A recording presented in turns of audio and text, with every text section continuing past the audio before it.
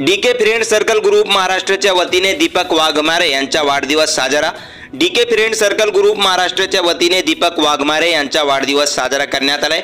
या वाढदिवसाच्या निमित्ताने ग्रुपचे संस्थापक अध्यक्ष डीके कांबळे यांची प्रमुख उपस्थिती होती। तसेच अध्यक्ष अमोल नाटकर, उपाध्यक्ष दीपक पोळ व कमिटी सदस्य गणेश वाघमारे तसेच मोहपुरी गावाचे माजी सरपंच माऊली चाटे, अमोल उफाळे व डीके फ्रेंड सर्कल ग्रुपचे सर्व मित्रमंडळ उपस्थित होते।